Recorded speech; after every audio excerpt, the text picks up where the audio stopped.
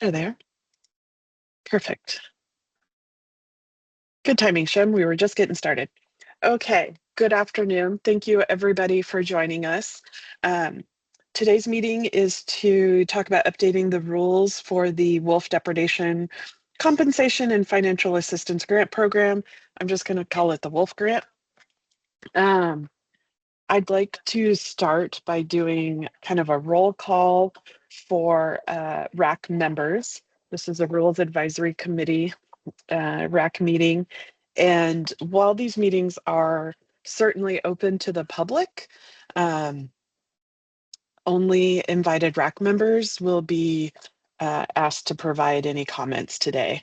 So let's start by going through the list. That way we can make sure everybody's mic's working. And then I'm going to ask that folks keep their mics muted unless they're talking, and that we use the raise hand feature. Should be across the top for you. If you're not familiar with Teams, it's kind of flipped from Zoom, and we'll go from there. So Ellie Gage.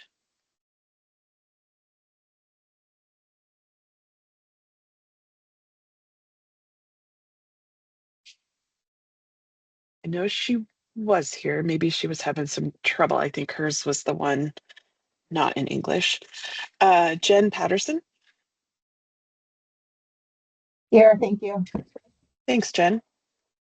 Derek Broman. Hi, good afternoon, everybody. Derek Broman. I'm the game program manager with ODFW in Salem. Awesome. Thanks, Derek. Joseph Vale. Hi, present. Joseph Vale. I'm with Defenders of Wildlife. Thank you, Joseph. Jackson Bowers. Yeah, that's correct. Good afternoon. Jackson Bowers with Jackson County. Awesome. Thanks, Jackson. Shem Carlson. I'm here. Thank you. Barry Schullenberger. Good afternoon, Barry Schullenberger, Lake County Commissioner. Thanks, Barry. Matt McElligott. Good afternoon, Matt McElligott, President, Oregon Cattlemen's Association. There's Ellie again. Is it working this time, Ellie? Was that my computer? It was. I am so sorry. I grabbed a cup of tea off the counter and the cat walked across my laptop. And I started hearing that right as it joined the meeting. And I was like, oh my God, what is going on? And then you muted me and I was like, oh no. Sorry about that. That's a new one. No worries. We're doing roll call. And so Ellie Gage, you're here.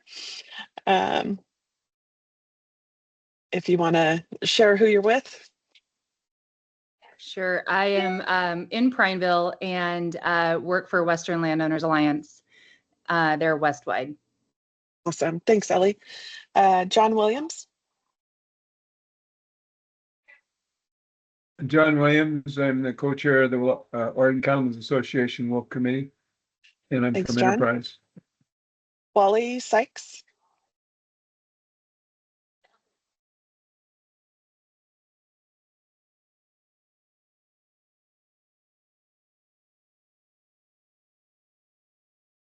Well, I know he's here. And you're not muted, Wally. Maybe he had to step away. Oh, now you're muted.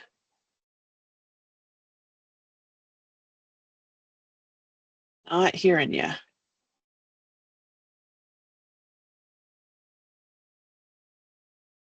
It might not be grabbing the microphone off of your computer. Don't know. We'll come back to you, Wally. Lauren Kunze. Hi, everybody. Lauren Kenzie with the Oregon Farm Bureau. I do government political affairs. And I will just say that I feel like the keyboard sound would be one of those, like, identify this noise, you know, and no one would ever guess cat walking across the keyboard. So, right. Congrats. Better than turning yourself into a potato. Siobhan Hatcher. I'm here. I am the Administrative Office Manager for Umatilla County Extension. I help admin our Wolf Depredation Committee. Joining me today is Jamie Chambers. She is our new Livestock and Rangeland Extension Professional for Umatilla County Extension and will be taking over my role with our committee. And so we're kind of tag teaming until she gets her feet under her. So Welcome. Thank you. And then Jonathan Sandow. Good afternoon, Jonathan Sandow, Deputy Director here at the Department of Ag. Thank you. And I just got an email from Wally. Wally, maybe try logging out and logging back in.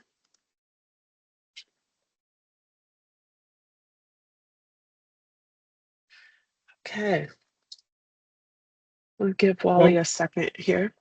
While we're waiting, I want to know how many languages Ellie can speak. Really only fluent in one.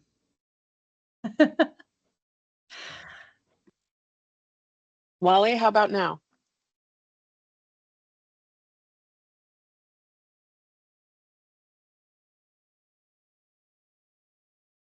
Another thing that I am going to suggest for you, Wally, is muting, and I'll put it in the chat, but muting your computer and joining by phone. Come on.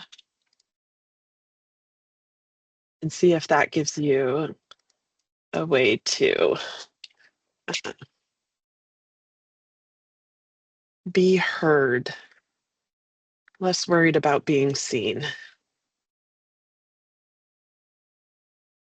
Okay, just a quick overview. Many of you know Jonathan and I did some listening sessions at the end of August, first part of September.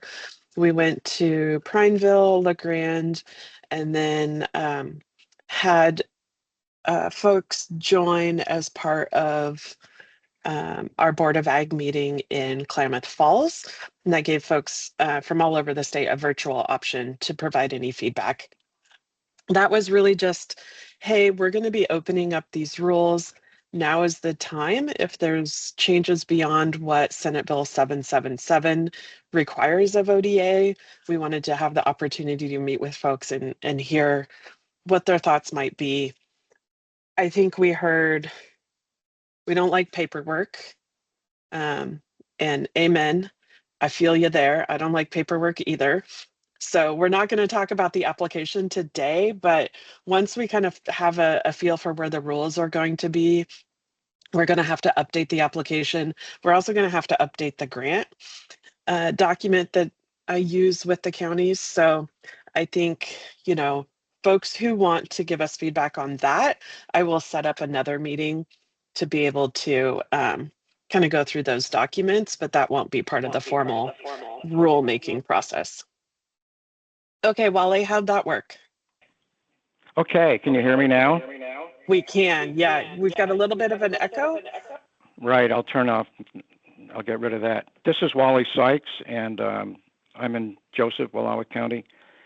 Been here 30 years, and I've been a member of the Wallowa County Compensation Committee since its inception in 2010. I'm a wolf advocate. Awesome. Thank you, Wally. I was just kind of given an overview of where we're going with this process. So today we're going to go through the draft rules that I sent everybody. Once we've gone through those, we want to talk about what the economic impact might be, because that's part of our requirement as we file those rules with the Secretary of State. And then my goal is to get these filed probably first part of November and have them open through the latter part of December, get them filed permanent by the end of December so that we have and get that application and grant document kind of drafted so that you all know, those county committees know going into January what you're going to be expected to fill out come February, because I know a lot of committees do that work in their January meetings. So Jonathan, anything you want to share before we get into the meat and potatoes here? Nope, just appreciate everyone who participated before, helped us walk through it, and then look forward to kind of the conversation today through the rules process. And we're all here, we all belong in this meeting. We all have a perspective, so don't hold back, and don't kind of not participate and engage, because this is a good chance to really bring some good valuable input in. And bear with me as I have kind of two screens going here. So first of all, can you all see that? And is it at a size that's functional for folks? Any way you can make it bigger so we can read it? You bet. How about that? And I think you can zoom in on your end. Sunny can only do so much on hers. Yeah, otherwise it gets a little wonky. So I'm looking at one screen and looking at you guys. So again, my apologies. Why I sent you a clean version and not a red line version like you would normally see is I felt like some of the former rules were kind of repetitive and not in an order that made sense for my brain. So while we're in here, I tried to kind of clean up and better organize the rules. So that's why you're getting this version and not one that shows you where those edits are. So hopefully it makes sense, the organization that we ended up with. But basically, we've got definitions. I did add a definition for depredation and one for prevention, because when we're talking in the committees, a lot of times that's what we're talking about is depredation that happened last year, prevention that we're looking at doing this year. So I thought, let's use the words that we're actually using to try and make it clearer what we're talking about here. So any feedback on these definitions?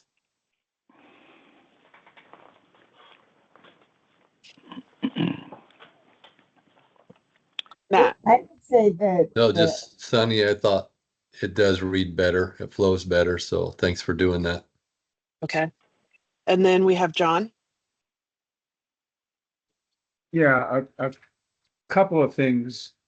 On depredations and on the prevention, your definition includes in the previous year and in the current year.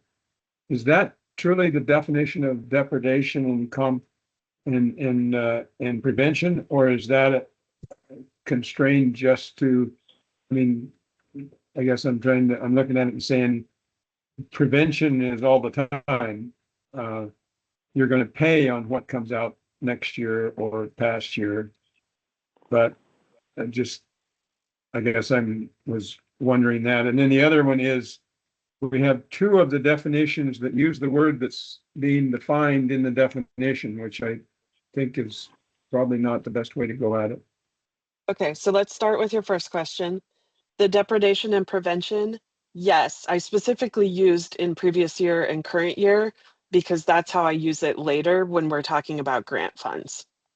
So that's why we're specifically defining it this way and in this document. Is I want people to be thinking, okay, we're paying depredation. That's something that happened last year. We're paying for prevention. That's something that's happening this year. So that was strategic on my part. The question about, or the comment about ones that use the word in the definition, what ones are those? So that is depredation means death or injury of livestock or working dogs are attributed to wolf depredation. Okay. And the same thing in trust fund, it says it's a proactive trust fund. So, yeah, that one I think might be out of the statute, but I'll take a look. Again, I think that one is later it allows us to shorten and just say trust fund instead of writing out that whole long string of words there. But I'll take a look at that. Laura. I would just suggest on the depredation, you could say attributed to wolf activity that occurred in the wolf and instead of using depredation. Okay. Sunny, I know that in your email and as we started that you said you were not including the red line version. Did you miss it or did I miss it when you said the biggest changes in this section already? So in the definitions, the biggest changes was that depredation and prevention. I think the rest of these definitions are ones that were already there. Okay. That's what I noticed too. I just wanted to make sure that I wasn't missing anything. Yep, absolutely. Jen. Yeah, I just wonder if there should be further clarification for the depredation and prevention of the calendar year. This is the biggest question that I get and try to clarify almost at every one of our WOC committee meetings. And I'm sorry, I did say earlier, the Deschutes County staff overseeing the WOC committee for Deschutes County. And so the prevention is technically not just the calendar year, right? It goes from the grant date through January 31st of the following calendar year. So I'm not sure if there's a way to clarify that language to show when those prevention funds are applicable for. I think I think, and Sunny, you can clarify this, I think for the depredation, it is exactly the full calendar year. Or so maybe that one is fine, but the prevention funds has an overlapping. So maybe during the grant year? Yeah, the upcoming grant year. And the other initial flag I had was like it said current calendar year. Some people, because the applications are due February, some people will start these applications in December. And so I'm not sure that needs clarifying, but just wanted to flag that too, that some people might be looking at these applications a little earlier. So maybe just shoring up that language a little bit. Okay, thank you. Joseph. Oh, just kind of back to what John said about the words being in the definition. I was noticing that too. And there's a few others like area of known wolf activity is kind of like an area known to have wolf activity. I know it's designated by ODFW. I don't know. I think that's straight out of the statute though. And I was just curious if you see a definition like that in statute, if you tend to defer to those definitions in statute. We do tend to do Yeah. that. There is like for that one, there is a ODFW uses a different one that talks about the data points, that shows, that there's a high level of wolf activity in a certain area without using the words known wolf activity. Known wolf activity. Yeah. Okay, I'll look at the ODF and W definition. I know like livestock, I was looking at maybe making it match what ODF and W has, but that one specifically comes out of Senate Bill 777. So DOJ recommended that we leave it as is. Okay. Anything else in the definitions section? Just one last Joseph. thing, it might be further down, just if we think of other words to be defined that aren't here, maybe that might come as we go through the rest of the rules though and talk about those. Yeah, absolutely. Phrases. Let me know if there's stuff that's not clear later in the rules. Okay, so the next section is the purpose of the rules. And so I'm just going to go ahead and scroll to here to make it easier to look at that. I don't think that we changed this a lot. We took out missing. So missing is no longer an option under 777. So that would probably be the biggest change here. I did have a question on number 3. It says that the reference 6031910.3, and I didn't find it 10.3, so you might look at where you're referencing. Double check that. Perfect. I will fix that. Thank you.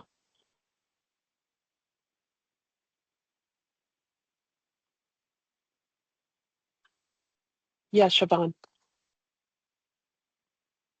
Somebody on the committee had asked me, on the Umatilla County committee, had asked me about recording that historic data from the missing, though. Is it something we should still keep track of, even if they can't apply for compensation? I think that's going to be up to your committee. You know, your previous grants say that you have to keep records for 3 years. So I would keep track of that. Moving forward, that's outside of the grant program, so I wouldn't have any recommendation for you one way or the other. Yeah.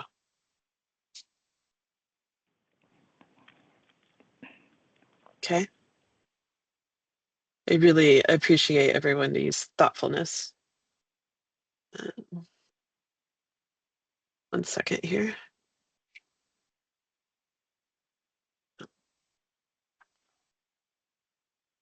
Yeah, that'll make it a little bit cleaner.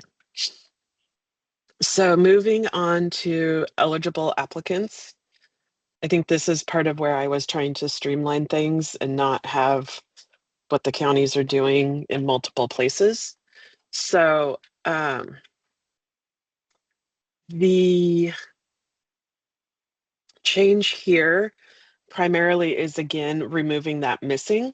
Nothing in 777 changed the composition of the committees. So all of that is still county commissioner, 2 folks with livestock, 2 folks for wolf conservation or coexistence. And then once you've established that piece, those folks determining 2 business representatives. If a county is going to claim expenses to operate the program, they need to contribute 10% of those expenses. And then we list out what those qualifying expenses are.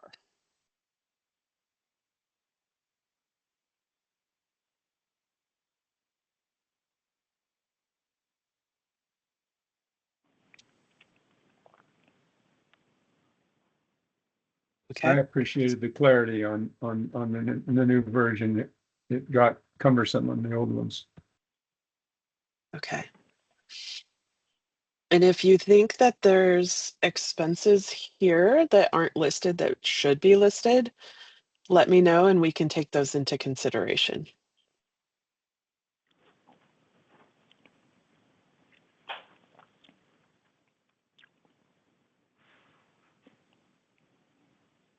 So here would be an example, John, of trust fund and why we had it's in the definition, because we're basically just saying that really long name. Here I just type trust fund instead of the wolf compensation blah blah blah trust fund. So I think in that particular case, it does make sense to have it in the definition. It's just a matter of allowing us to shorten the verbiage later. Jen. Yeah, just to go back to the costs associated with that section. I don't know that we wouldn't claim it, but just maybe some other counties might need it, is advertising costs for the committee. We had a really hard time with recruitment and had to go into some obscure publications to recruit. So food for thought on that. Joseph? Just on the composition of the committees, I was just curious about the wolf advocate positions. It seems like the others are kind of easy to verify if you're a county commissioner or manage livestock, but members that support conservation or coexistence with wolves, I just wondered, is there any further guidance about how to determine that, or is that just sort of subjective? Or, I'm just curious if that's ever come up, like who decides. I don't know that it's come up as to who decides, other than that member self-declaring. I do think that counties have struggled to find folks to fill both of those positions. Yeah. John? Yeah, I'm down on the next. I'm not, I thought we had gone through the numbers, so I was down Okay. at the determining. That number one and number two are seem awkward to me. And the 2A needs to be removed. Just number one saying the department considers applications subject to meet the purposes, then it ends. And I read that sentence a half dozen times trying to truly identify what it was doing. And then it made more sense to me if you took two, put it at the end of number one and kind of blended it into the end of that sentence that says they consider applications for a county program that, or something to that effect. It just was difficult for me to follow that train of thought. Then the prioritization, that above normal, above normal death or injury was part of the leftover from the missing livestock. It is not. It is in statute. In 777? I'm pretty sure. I'll double check. Because I guess I look at it and I go, you spend $1 on compensation, you spend $1 on non-lethal. Spend $1 on compensation, you spend $1 on non-lethal. And so anyway, that was my thinking. I didn't remember it was in 777. If it Yeah, is, I'll it double. has to be there. Yeah, I'll double check. Okay. And this is where I'm going to have Jonathan talk a little bit because some of you know I'm a third of a lawyer, not a mathematician. And when we start talking about numbers, I transpose my numbers a lot. So rather than have me stumble through this, I'm going to have Jonathan kind of work through this multiplier here with folks and kind of some of the questions we have around that. Yeah, I mean, I think what the multiplier is laid out pretty well as 777 reflects it. I think, we raised this a few times in the listening sessions as well. We don't have proposed language in here, but do folks want to think through about, kind of if based on funding availability, should we add language that says we prioritize the fair market value, and deprioritize funding a multiplier, or do they work together, or do they just function as one kind of number when it goes to the counties? Or is that helpful to the counties, or would counties, or would those committees rather be able to kind of make that determination on their own? And so thinking about it just in terms of, say, let's say there's $50,000 request that includes both fair market value of an animal plus the multiplier. We only have 40,000. How do we want to scale that? And how do we want to put it in there? So hand Jackson? raised. Jackson. Yeah, hi. In terms of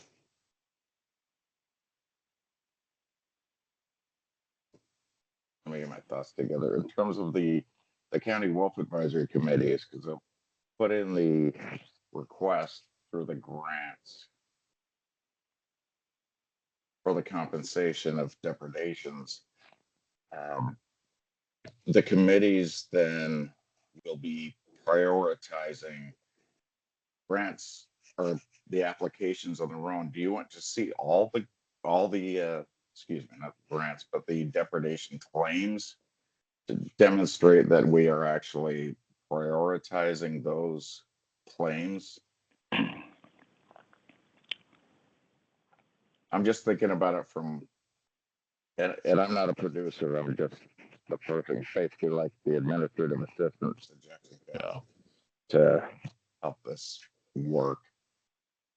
Yeah. So, so what comes to us as the agency is the aggregate request for all depredation claims, right? Not a like an itemized list. What what I'm trying to parse out here is we have the fair market value side of it, and then we have the multiplier side of it. Do we want to report those differently and prioritize in terms of funding, or do we want to keep them just as one big block funding request, and then it all kind of proportionally gets moved if we have to? This is more of a fail-safe scenario, more not a I think it's going to happen all the time, but it's more of just thinking through of what happens when the requests outweigh the amount of funding available. How do we adjust that? Sure, but as a county wolf advisory committee, when we're reviewing those, or when the committee's reviewing those claims, are they only submitting the claims that the county wolf advisory committee deems are high priority, or is that up to ODA consider? So the county should submit all of them.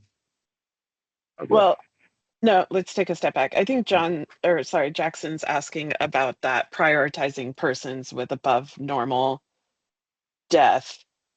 Is that what you're Correct. getting at, Jackson? Yeah. Yeah, sorry. Yeah. So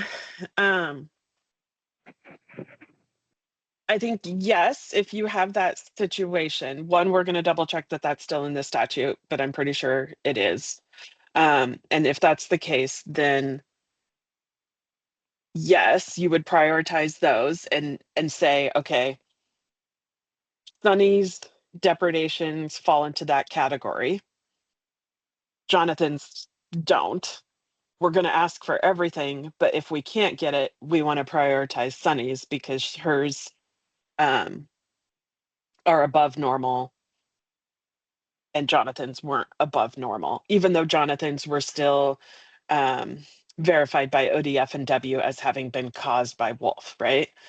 Then what Jonathan's getting at is, what do you report to ODA? Do you say, we want this much total amount? Or do you say, okay, Sunny had 5 cows? Because we do get it more lined out, Jonathan, than a bulk. And so here's the fair market value of Sunny's 5 cows.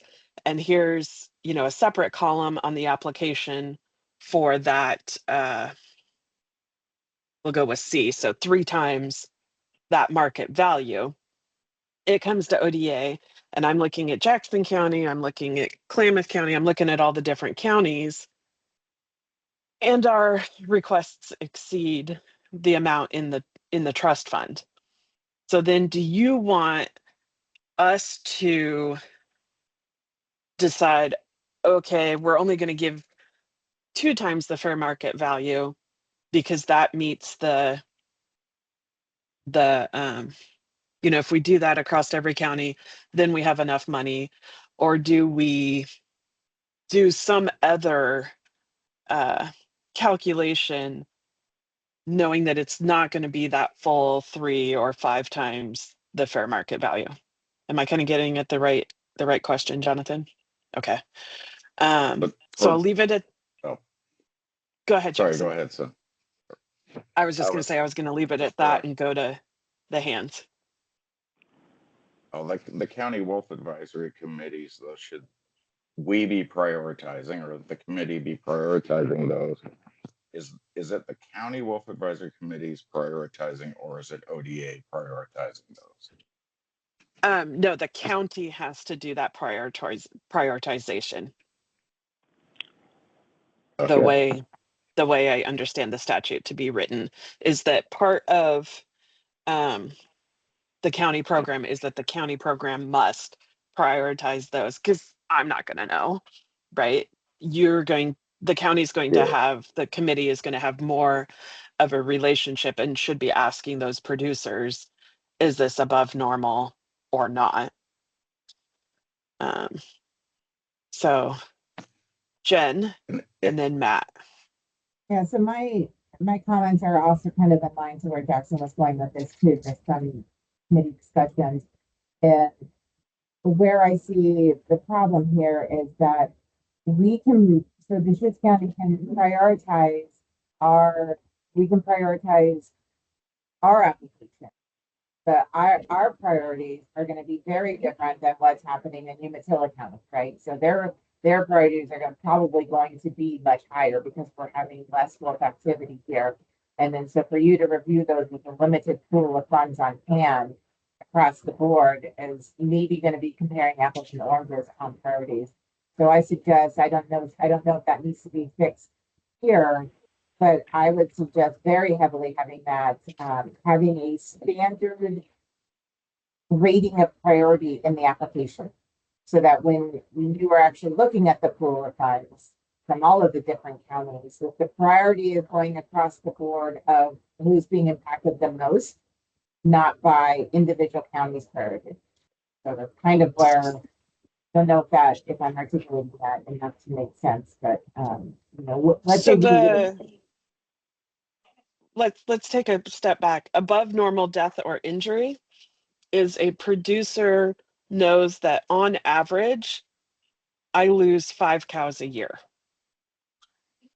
So the county should be asking individual producers when they submit their application, what is your average loss or injury? And then when they say, I have 10 cows that I lost, that one is above average. So you have to figure out a way to determine what is, do you ask the producer, what's your average loss for the last 3 years? And then say, okay, tell us what your average loss is for the last 3 years. And then that comes out as 5. Yeah. So the suggestion then that you maybe put an advisory panel together for the revised application. There's a lot of questions around the application, so maybe that's where that clarification comes from. And then I have a lot of feedback, so I'm more than happy to provide more information on that too. So my second quick point here, I can tell you our committee last met in September and we read there was already robust discussion on HB 777 and some of the language, and this up to 5 times the fair market value, and up to 3 times was discussed a lot. And like, what does that mean exactly? I don't have an answer for you. I just want to tell you that very specific language is already really flagged with our committee on like, what does that mean and how is that going to be applied? And not even sure if I should say this out loud, but I'll just say it. I'm wondering if there's ever been a discussion on just having a flat rate sheet here, for discrimination. And I'm not sure that that's going to be a popular opinion out there. And I'm not sure where I am on that, but I just wanted to. You cut out just a little bit, Jen. A discussion on standard flat rate sheet for compensation for all the taxpayers. Oh yes, that did come up. Jonathan, you want to talk about that? That's another popular opinion, but that's all for me. Thanks, Jen. Jonathan, you want to jump in on that statewide standard real quick? Yeah, I mean, I think we've heard, kind of the asks around having a statewide kind of fair market value sheet, reasons to and not to. And so I think for the rules though, I think keeping it as this, if that conversation evolves and matures or changes direction and that's used, I think that's maybe a helpful guide for folks, but to have it be kind of a like it's based in terms of like a regulatory purpose, I would say that I think this language probably serves that. Okay. Matt and then Lauren.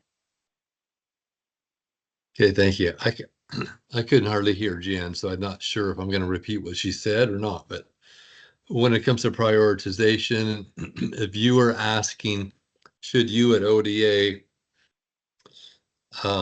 know whether it's a multiplier or just the total sum, I believe that it'd be best just the total sum. and to stay out for ODA to stay out of the multiplier. And my thinking is because the law was written, the statute is written with specific multipliers, and that could come back and bite you big time if somebody gets paid only 2 times the value rather than 5 times the value or 3 times the value. As you get down to, you're running out of money, you're trying to make everybody happy. No such thing as making everybody happy. If you run out of money, you run out of money. That's just the bottom line. I think that's my opinion, is for ODA to stay out of the multiplier and the counties just to submit total dollars. Okay. That's that kind of perspective is what we're looking for. So that's super helpful. Thank you. Yeah, Yeah, this thanks, is Matt. Wally Sykes, and if I may say a word, we have this problem we have had this problem on our committee at times over the years, and it's been one of our primary concerns when we're apportioning the funds on legitimate claims, that nobody gets more as a percentage than anybody else. And so I think that what this person just said makes a lot of sense. Okay. Thanks, Wally. Lauren? Sunny, back to one of your original questions about, having this pot of funds and how do you disperse that? I think when we first started, you were talking about folks have to apply, or not apply, but submit their claims by a certain time. All that to say, you'll have a pretty good idea of how many compensation claims you have, right? Yeah, so we get and that's why depredation is paid a year behind, is Okay. because then it's a known amount. So when Okay. the counties submit their applications in February, all of the depredations that happened in 25, we will know. And then Mhm. prevention is projected activities for 26 through the end of the grant cycle. Okay. The problem is the funds are based on a biennium and the grants are based on a calendar year. So we always struggle with, do we divide what's in the account in half and use half the first year and half the second year? That's traditionally, at least since Jonathan and I kind of took this over in 2020, what we've done is used half of the funds this year and half of the funds next year. We usually prioritize the depredations and have been able to do that. One of the changes that 777 made was rather than requiring 30% of the funds be used for prevention, now 50% of the funds must be used for prevention.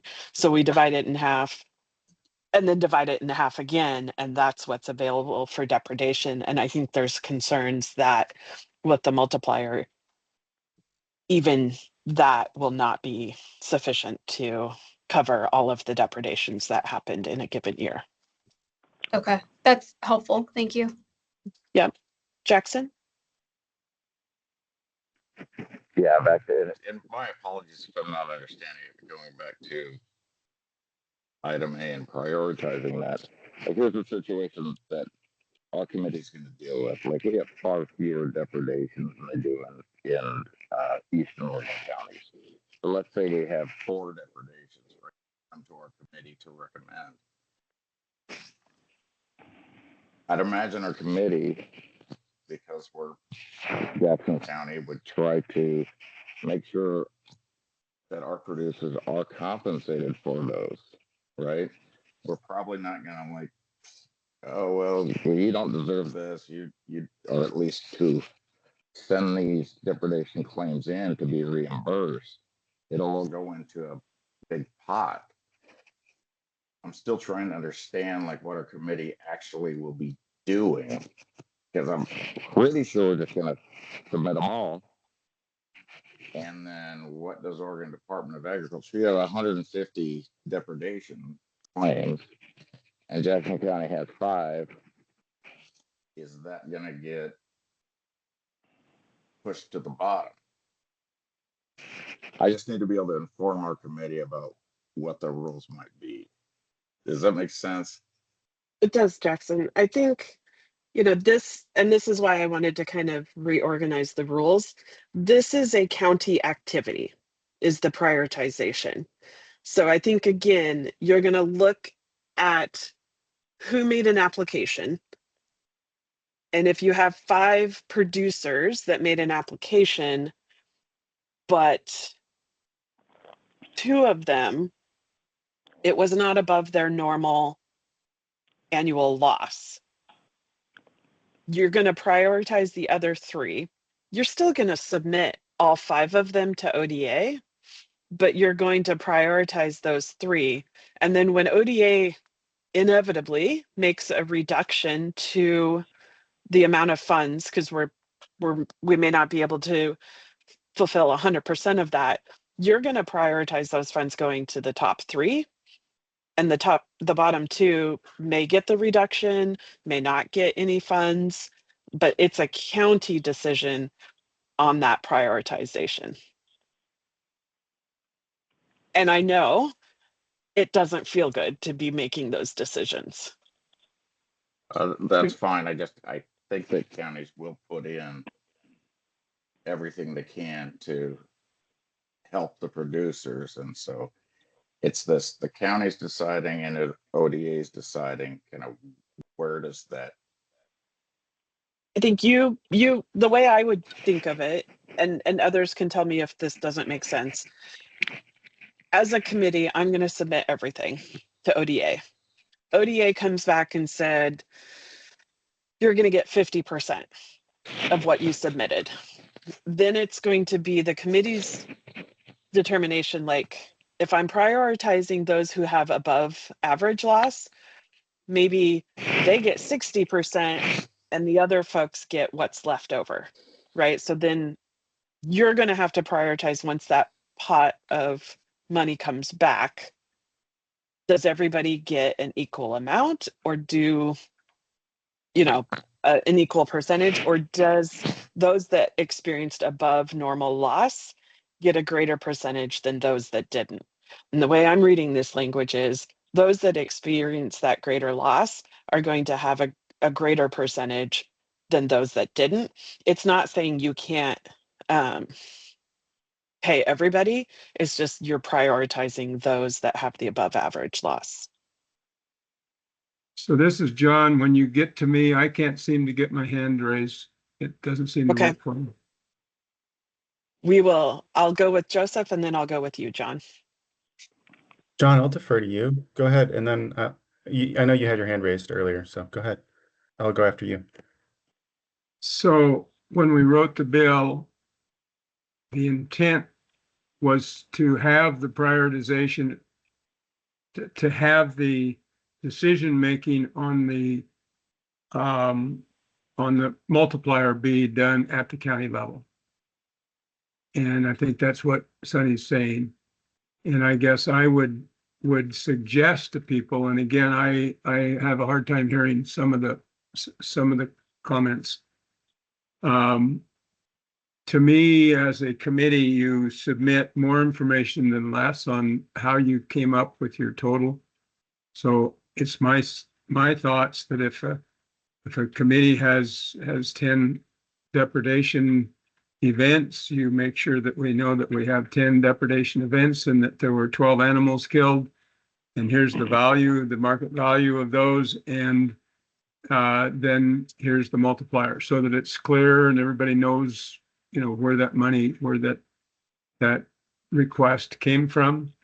And then it's my hope that if you get too much, you got too many grants and not enough money, that you convey that back to the local committees and say, statewide, we are 60%. It's going to get complicated because every time you reduce the confirmed probable money, you're going to have to reduce the non-lethal money to keep it at 50-50. And And so, it isn't just a simple, well, we got it all split out. And now, we're getting 200,000 from here and 200,000 to there.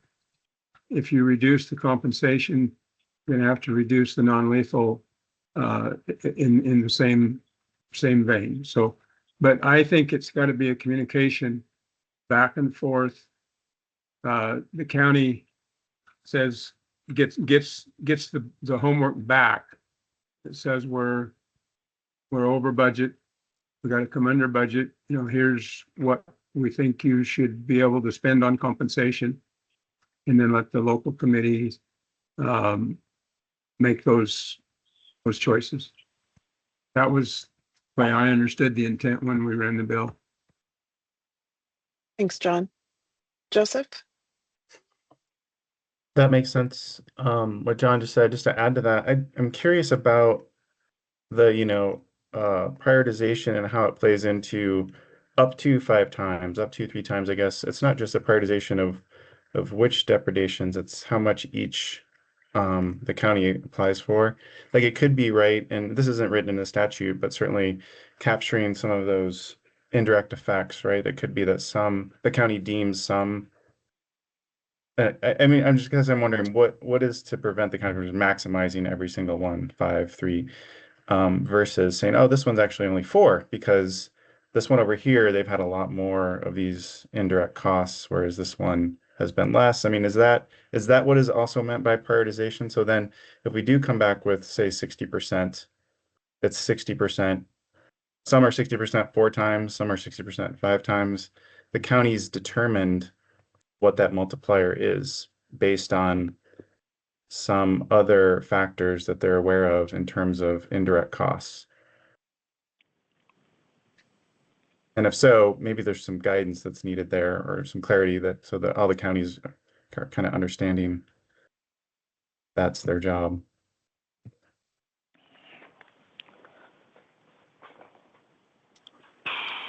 Thanks, Joseph. Jen? Since Joseph said that was not in my brain at all, I thought the counties would submit and that the state would determine based off of the funding how much they would apply. So if that clarification language to if the up to 5 times and up to 3 times is being done at the county level versus at the state level, I just assumed it was being done at the state level, not the county level. So you're shaking your head, you're like, that's too much money. Yeah, it needs to be at the county level. So that's where it said the county program must. My county, my little meeting is going for hours. Maybe then that's at the application. Some additional guidance. Yeah. Jackson?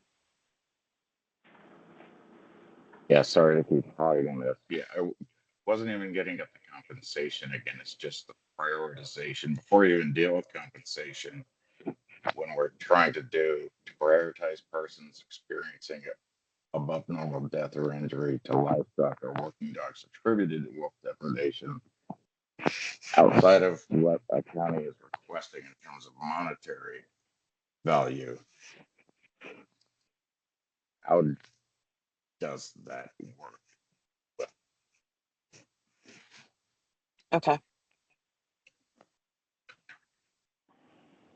And I'm probably not being helpful with this, but I know what our county wolf advisory committee is going to say. It's like, well, again, we have fewer losses than most other counties that are involved here in this advisory committee. Yeah, no, totally understand. Now I'll stop. Jen. Oh, you're fine, Jackson. Just to go on that point too, and so I don't know if this conversation is part of the rules, but I can see our committee wanting to know what other losses are, not wanting to recommend funds over other people who've been hit harder, but also wanting to protect the farmers. So like, or the producers who have been impacted in our county. So having this be at a county level seems problematic to me, but if this is already written in the rules, then I guess there's not much that can be done about it. If this is actually part of the rulemaking, whether this is done at the county level or the state level, I would strongly encourage this community to state about it once they see like the priorities of the applications have been submitted. I should just say. Okay, I think so. Again, I think it's the determination above normal is on a producer by producer. So the producer has to tell you what their normal loss is. Yeah, I was specifically referring to the up to 5 times. The multiple. Gotcha. This is Wally Sykes again. Yep. I can't obviously raise my hand, but so I have to interrupt. I'm not being able to understand everything that's being said because of the quality of the audio, but can't the multipliers be used to establish prioritization? Somebody who's had an above average loss, can he get a multiplier of say 5? And somebody who has had an average loss, can he get a multiplier of 2 or 3 or 1? Would that solve this problem? I Yeah, can't I get my think hand up either. I agree, Wally. I think that that's at the discretion of the local committees to help balance that out. Yeah, I yeah, think that's the way to do it for sure. And that's, the committees are going to have to wrestle with this themselves, and they're the ones that have the local knowledge about the producers themselves and the terrain and the conditions in which the depredations have occurred. So they should use their knowledge to determine the degree of prioritization, right?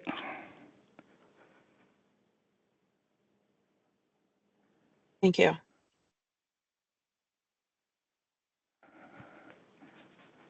Okay. Let's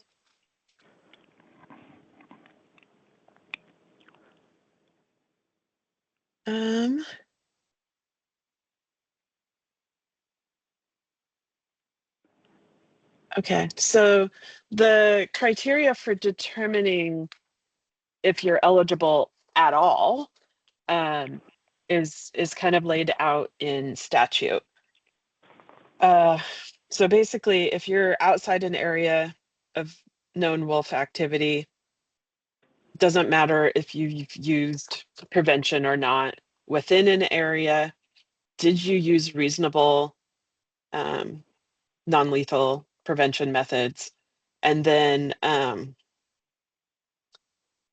if you purposely brought the wolves in, you should not be getting reimbursed for that depredation. So that's that little c there. So make sure that folks who don't unreasonably or purposely create conditions that attract wolves get reimbursement for any confirmed depredations. Joseph. Sorry, this is an area where I was wondering about a definition of best management practices, and I know it is variable on the landscape, and there's no one size fits all. But I just wondered if it'd be helpful, if that was defined in some way, or I know that ODFW has, worked up stuff where it's like the ODFW non-lethal measures, guidance documents and things like that. I don't think that those are technical guidance, but I was just curious about referring in rule to something that defines this a little bit better so that it's not so I open-ended. I love that you brought that up because that's the note I kept making to myself as well. And I have a note here of like, does ODF and W or WLA, I see your hand up, Ellie, have any guidance on this? So Joseph, that's a great point. Jen, and then we'll go to Ellie. Yeah, that little c makes me a little bit nervous. I wonder if adding language to say, or purposely created new conditions. Specifically, the first thing I thought of when I read this was bone pits and or berry pits, and many producers already have that. And so the program that working with in Deschutes County to try to eliminate that or change that practice, but it is something that attracts wolves. But it has been a standard practice for a very long time. And so I don't want to get people punished for doing something more education wise to fix that. So I'm just wondering if there were new conditions would make sense there, but I really want to do what Ellen's doing. I think that's not a unreasonably or purposely. If they're working on cleaning that up and working with your program, then they wouldn't fall under that. If you said, hey, you need to deal with this, and they refuse to do it, then I think they may fall under this definition. Is it our requirement though to tell them how to do that practice to be in compliance with this?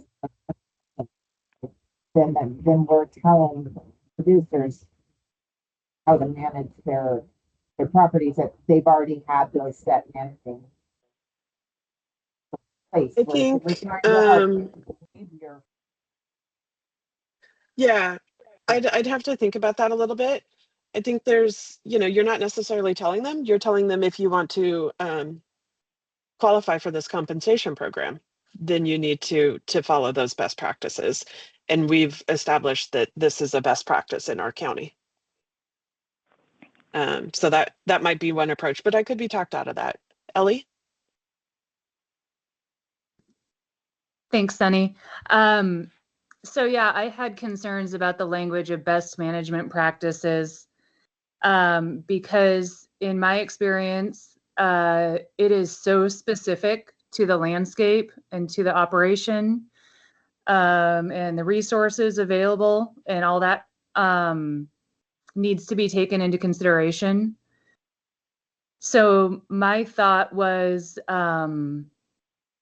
provide compensation only if the owner demonstrates implementation of practices of appropriate practices or practices appropriate for the landscape and operation, something along those lines. But best management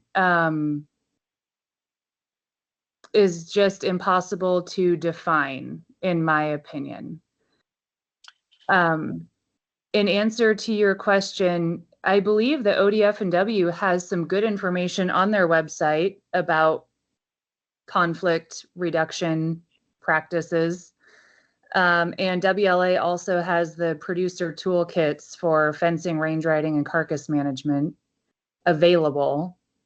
With our toolkits, they're really, we tried to be very clear in communicating that you have to evaluate your landscape and your operation, and that's how you decide which of these tools or practices make the most sense to implement. Yeah, so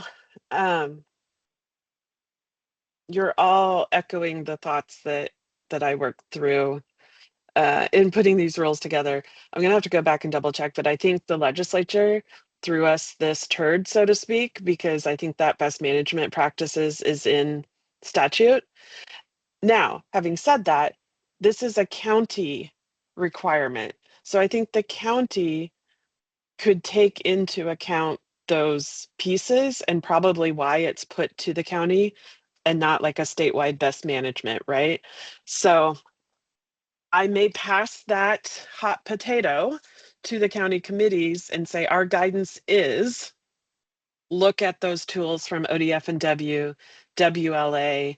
I can't put that in rule necessarily, but we can certainly give guidance that those are what you need to look at, and look at the pieces that you brought up, Ellie, about what those local areas are and say, does this make sense given our local issues? So My I'll stop hand with can't that. go up again. It did. It went up, Matt. Sorry, John. I saw your hand up. So we'll go with you and then we'll go with Lauren. Okay. In our county, the way we have worked it is the district bio and the rancher agree on what practices are appropriate for that situation, which is exactly what Ellie said. It's appropriate for the landscape and the operation as agreed upon by the ODF&W representative and the rancher. And it's even smaller than, it's rancher by rancher, not county by county. And what I would recommend that we have the counties be doing or the county committees is that they, when a when a depredation has been certified as acceptable, by ODF and W, then they have met that standard of minimum required best management practices for non-lethal. And so, yeah, I don't like the word best management practices because I'm afraid it's going to get defined at something above the ranch level, which is separate for each situation. Okay. Thanks, John. Lauren? Yeah, and I also just want to be mindful of who's defining appropriate.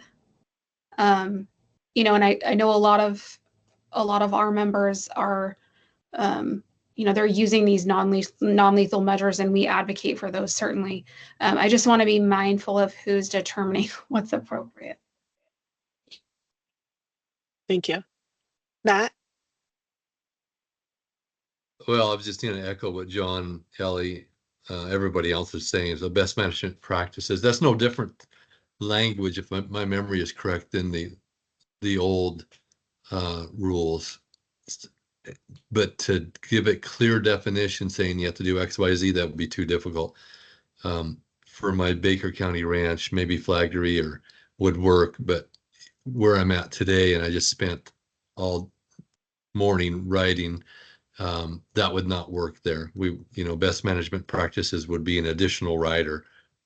So I think that back to what you had said earlier, Sonny, needs to go back to the county level, and really not be set in stone in these rules what best management practices are.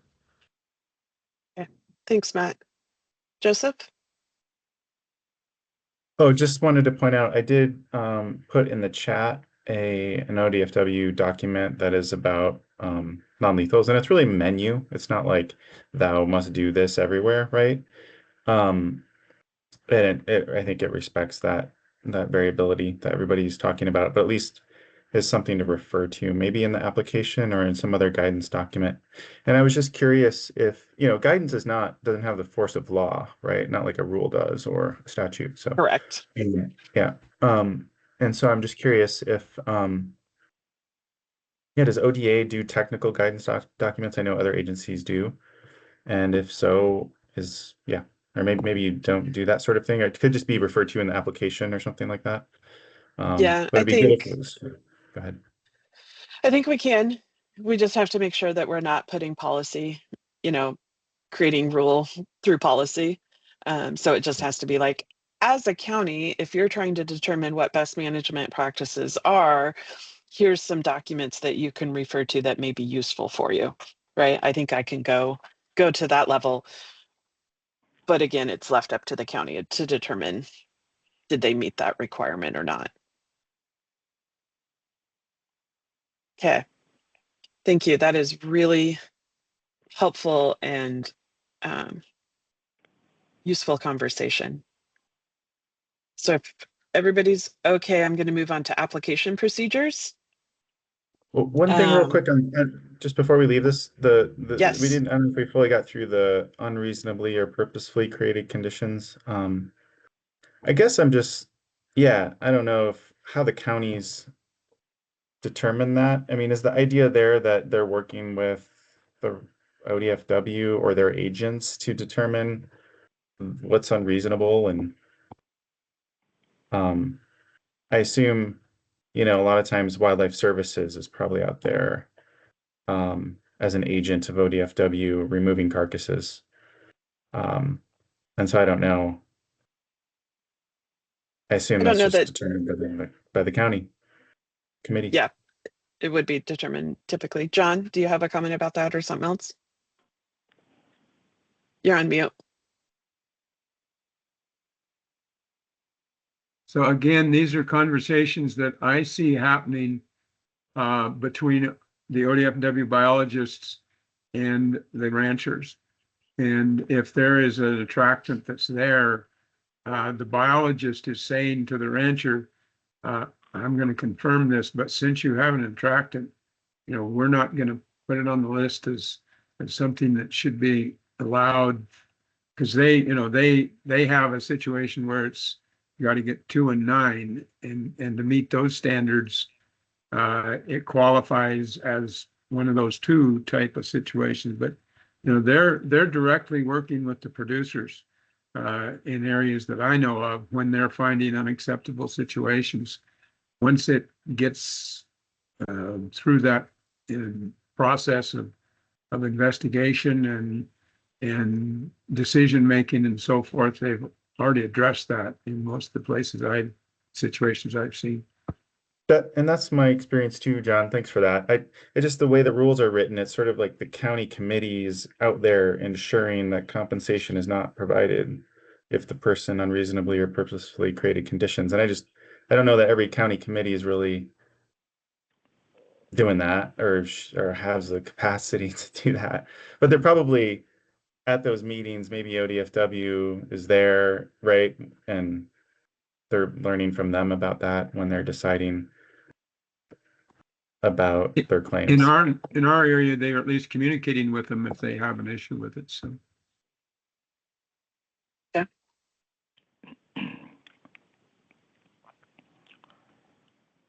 I can confirm that happens at our local meetings too.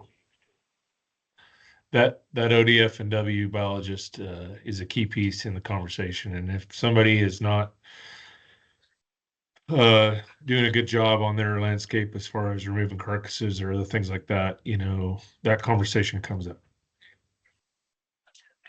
Thanks, Barry.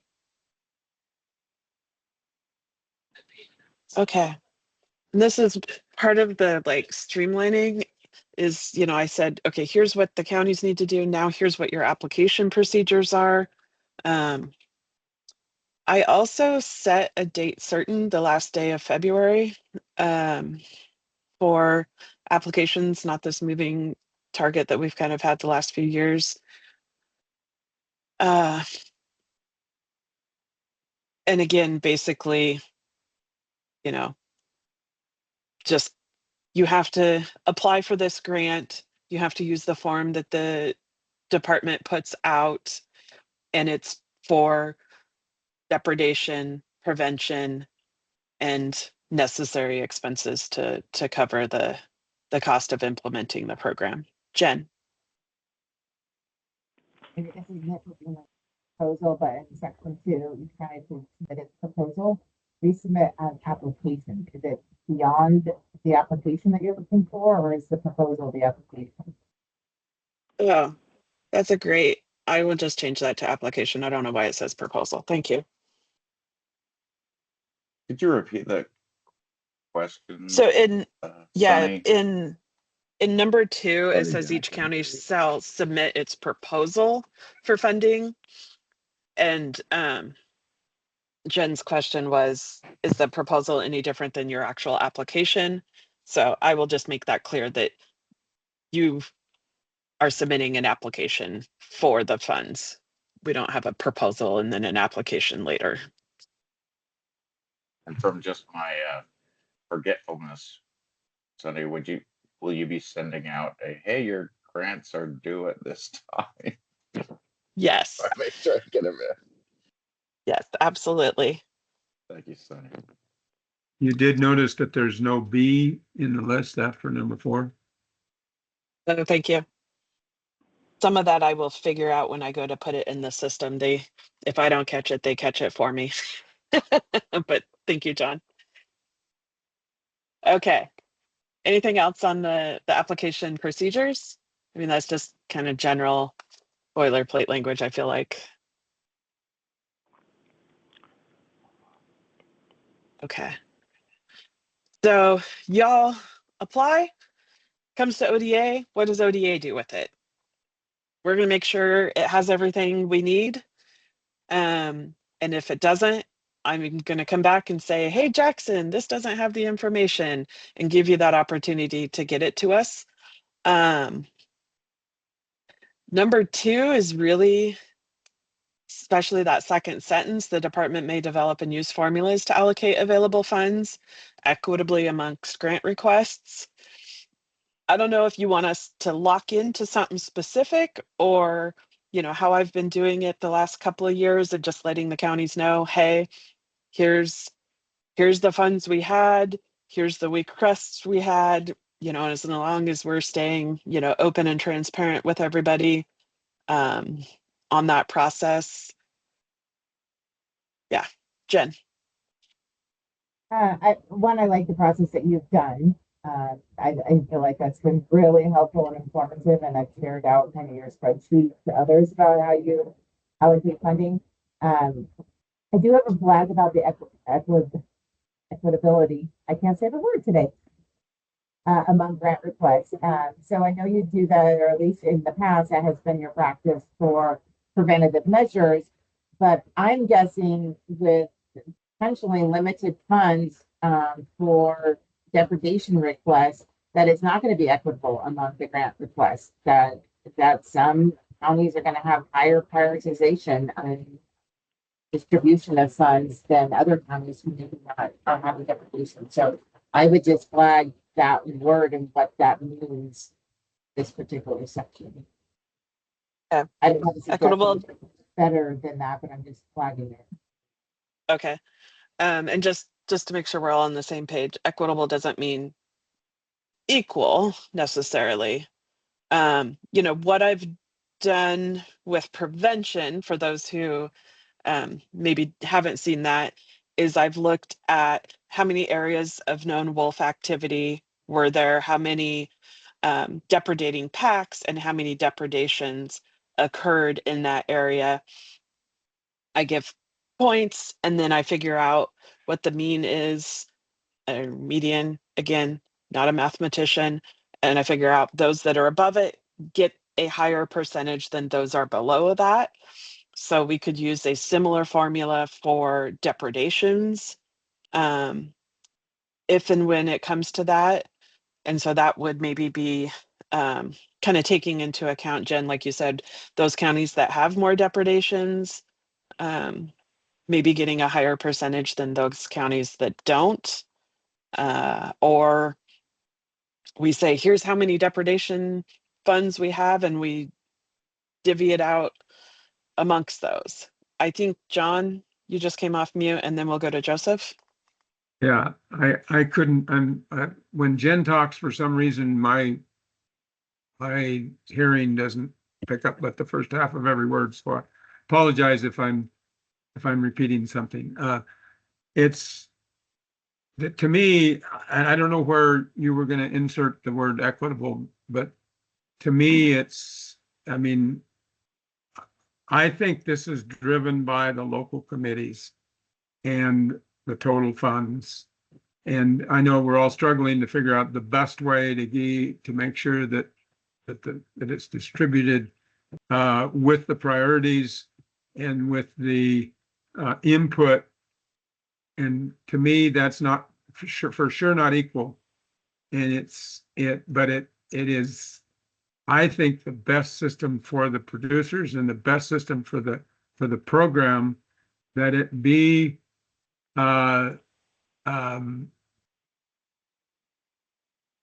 ubiquitous, organically developed like you've been doing before, with the input from the counties and the prioritizations as you've been doing. I've liked the way you've been doing it in the past, I guess. Okay. Thank you, John. Joseph? I guess given all that, that makes sense. And I see that, in the chat, a recommendation just to remove the word equitable, but or define it in some way, or equitable based on depredation rates or something, to define it, even just in additional words there. But yeah, either way, you're developing formulas and you're allocating the available funds through some sort of calculus. And should you not consider need, I guess, is the question.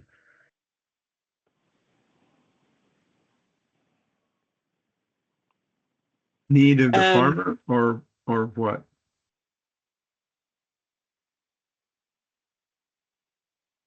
I'm sorry, what's that? I heard you say maybe include need. Yeah, or based on depredation rates, areas of known wealth activity, that there's some sort of criteria. There are factors that are going into determining those formulas. I agree with that. And here's that 50% must be distributed for prevention. When Jonathan and I did our listening sessions, the statute is a little unclear if that's at the county level or at the state level.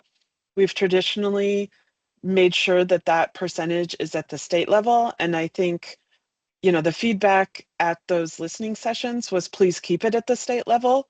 Don't ask the counties to do the 50% for depredation and 50% for prevention. So providing folks are comfortable with us continuing that is our intent. Jen? And I think it makes sense at the state level because ultimately we're not going to know how much you award. And so to do that formula at the county level wouldn't necessarily do it at the end. So if Yeah. the award was one. Kind of feels like it would be a nightmare.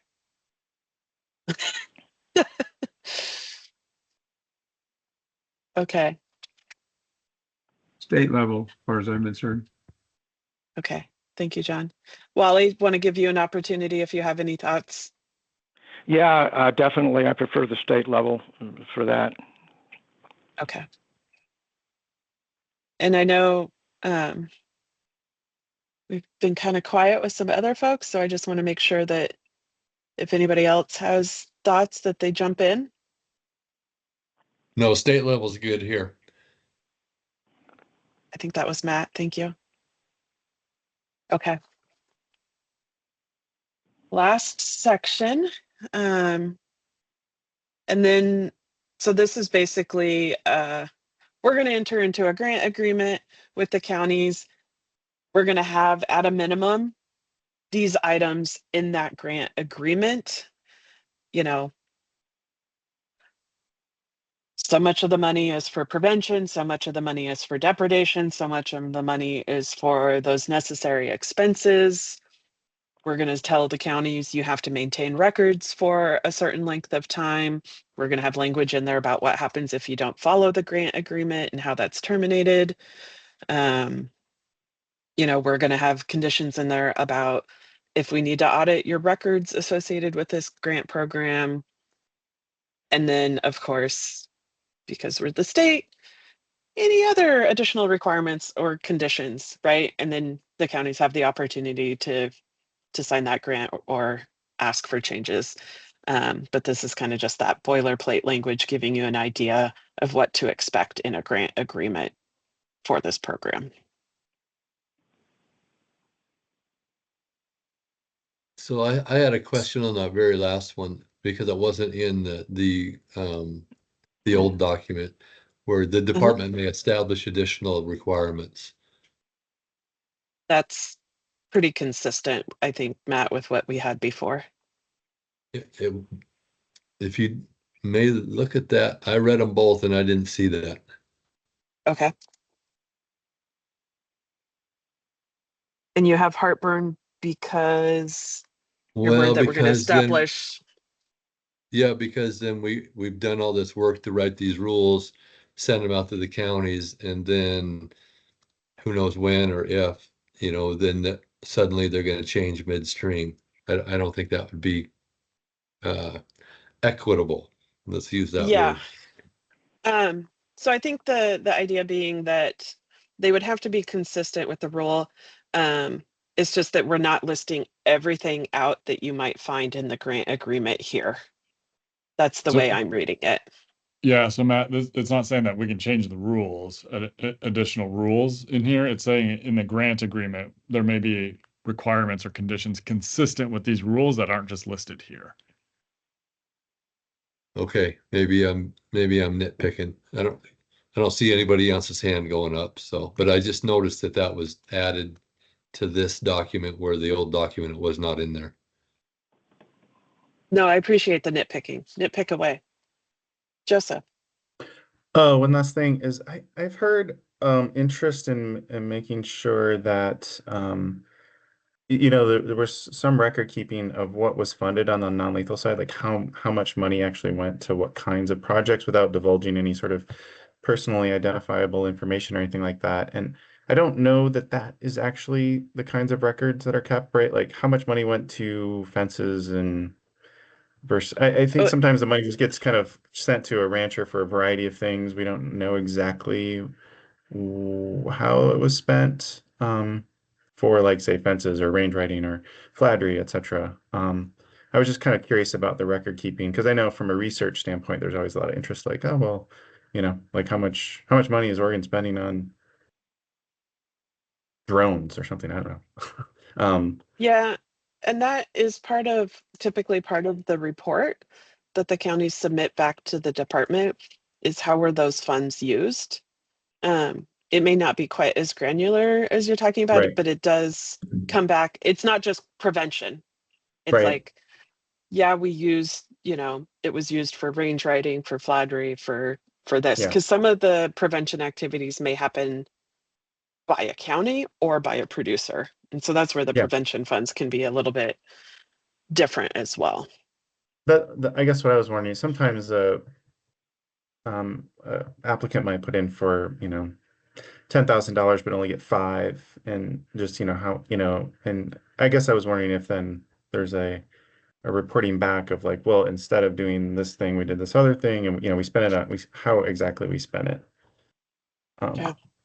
I would have to chime in and say there's two thoughts. I agree that the county's annual report should ferret out that says, you know, we used $12,000 on range riders and 7,000 on flattery and whatever in that kind of categorical range. And I've been on a lot of committees where people spend a lot of time writing annual reports.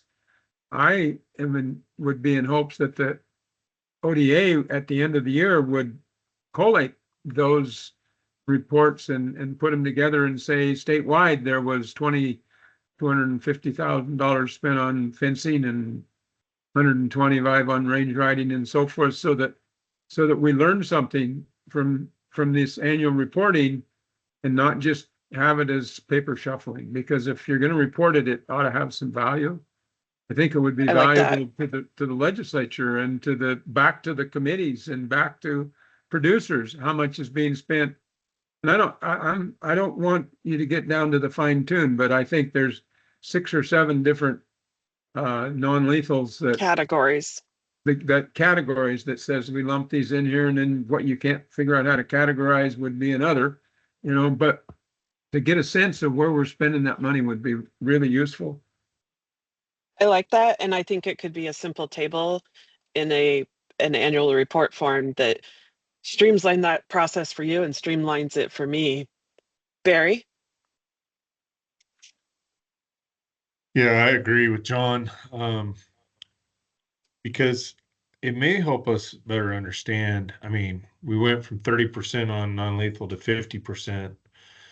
Maybe it helps us better understand how close that number really is or where it should be. You know, maybe in the future it needs to go down to 40%, you know, because we're not using all of our non-lethal for one reason or another, or things like that. So I think that's a Yeah, good point made. I like that. Or it could go up to 60%. Whichever the case may be. Okay. I'm gonna stop sharing here so I can see the screen a little bit easier.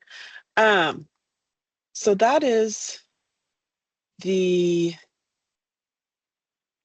extent of the rules. So we actually reduced it by one rule by reorganizing and kind of consolidating. Jackson? And my apologies if this is a silly question. I stepped away for a bit, but the reason for these rules in terms of the compensation, where there are large compensation amounts coming to ODA and needing to cap those. The For depredation. 25,000, that's in statute. Right. Oh, then excuse me. Yeah, we didn't set that value. They said you can use Okay, these got it. multipliers up to 25,000 per animal. All right, thank you. No, that's a great question. And the purpose behind that was so some guy didn't come in with a $300,000 horse, multiply it times, even one, and drain the whole pot of money to one person, sort of deal. And we just felt like we needed to put a cap on it somewhere. Yeah, that makes sense. So I'll give you a second at the end for any other comments, but one of the questions that we have to complete as we're submitting these is, how does this impact people financially? Like the changes in the rules, not the rules themselves, but the changes in the rules. So is there any, like, especially those of you that are administering the grants, Jackson and Jen and Shem and Siobhan, is these changes, is that going to increase your costs associated with operating this program? Do you anticipate that being affected at all?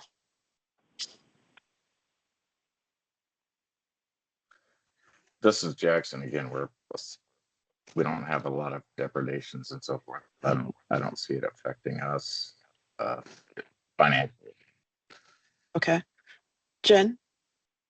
Yeah, I don't see it having a financial impact in any capacity for the work committee to administer this. What I do see is we have a very engaging conversations with our work committee at baseline, every committee. So I think that these new rules will add to that conversation and maybe add to the frequency of our work committee, just with the makeup of how our work committee is right now. But there's no minimal county costs associated with that, so probably not any to put in. Definitely will add to the conversation and the discussion around it. So for those that are having a hard time hearing Jen, she said for the county, probably not a lot of monetary increase, but definitely the committees will have more robust conversations as they figure out how to implement this, as well as likely more frequent conversations than they have in the past. And I kind of would expect that, right, with any changes. And then once y'all kind of get it, a couple years under your belt, then maybe it'll be providing there are additional changes.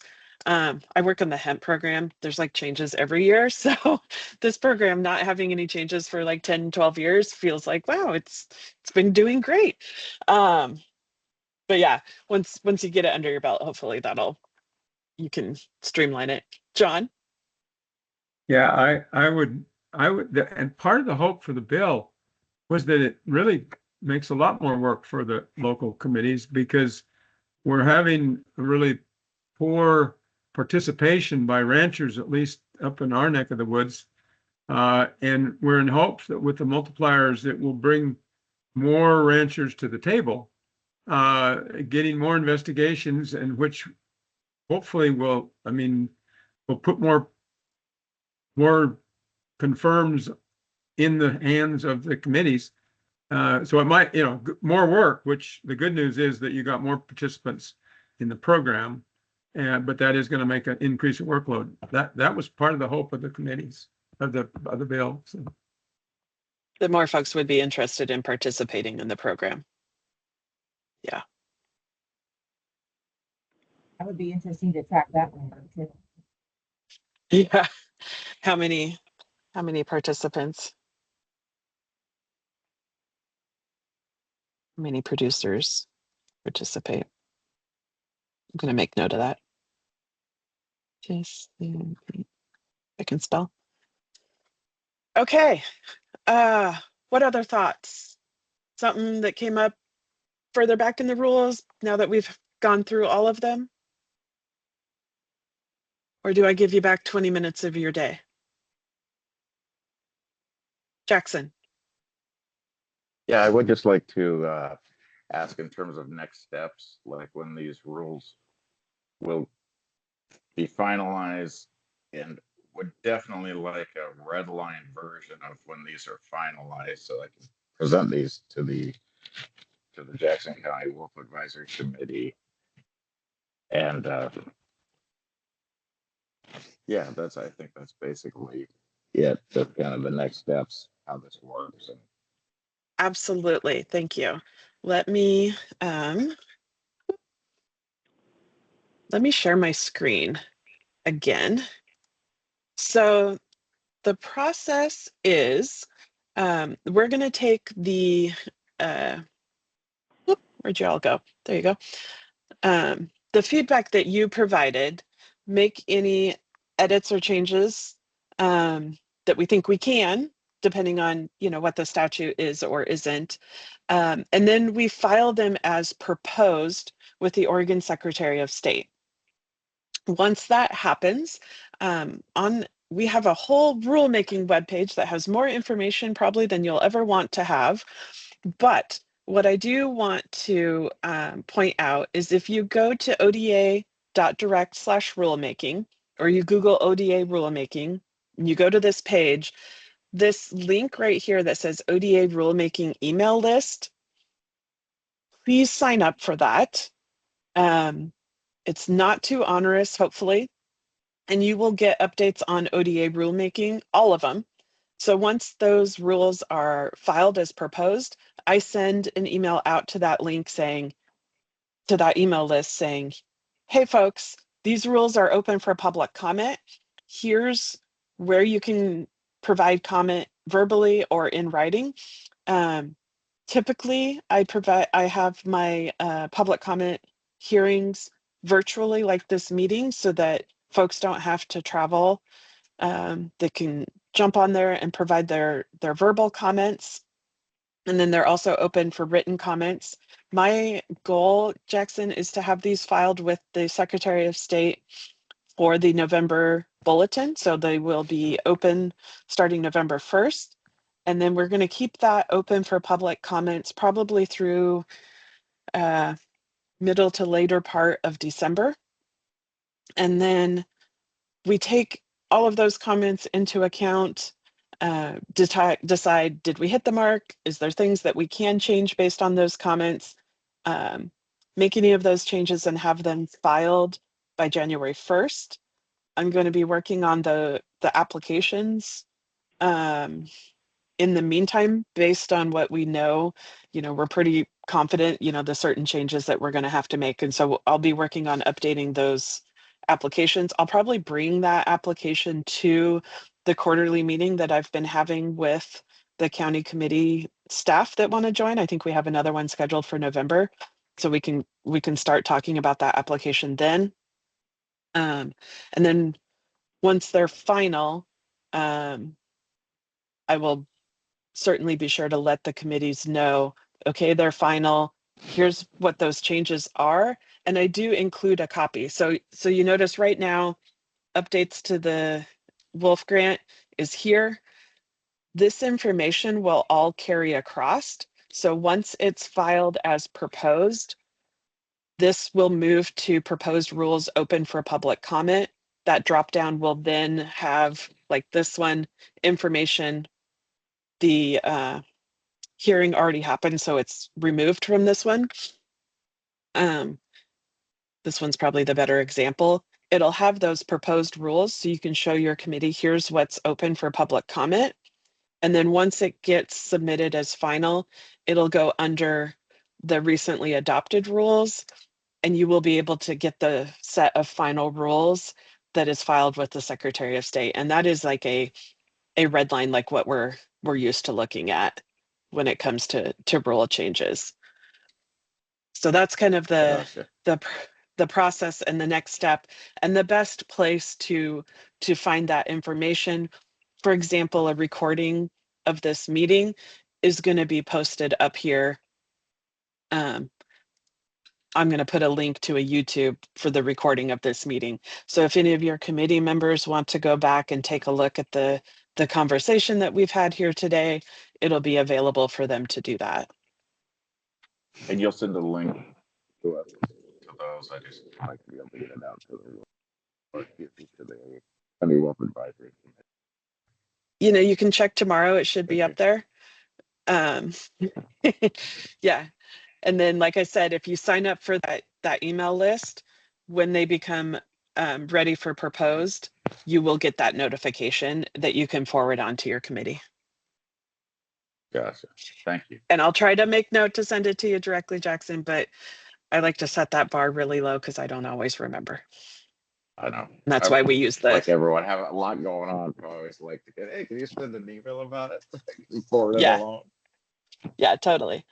For sure, if you sign up for that Gov delivery list, you'll get when they get filed and are ready for public comment.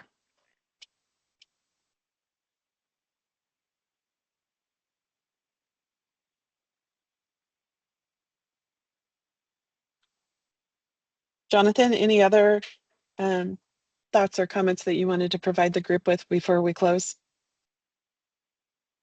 Nope. Just thanks for the time and look forward for them to be filed.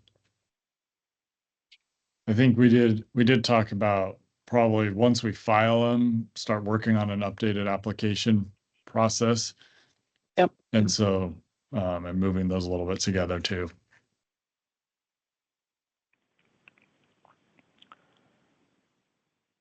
Okay.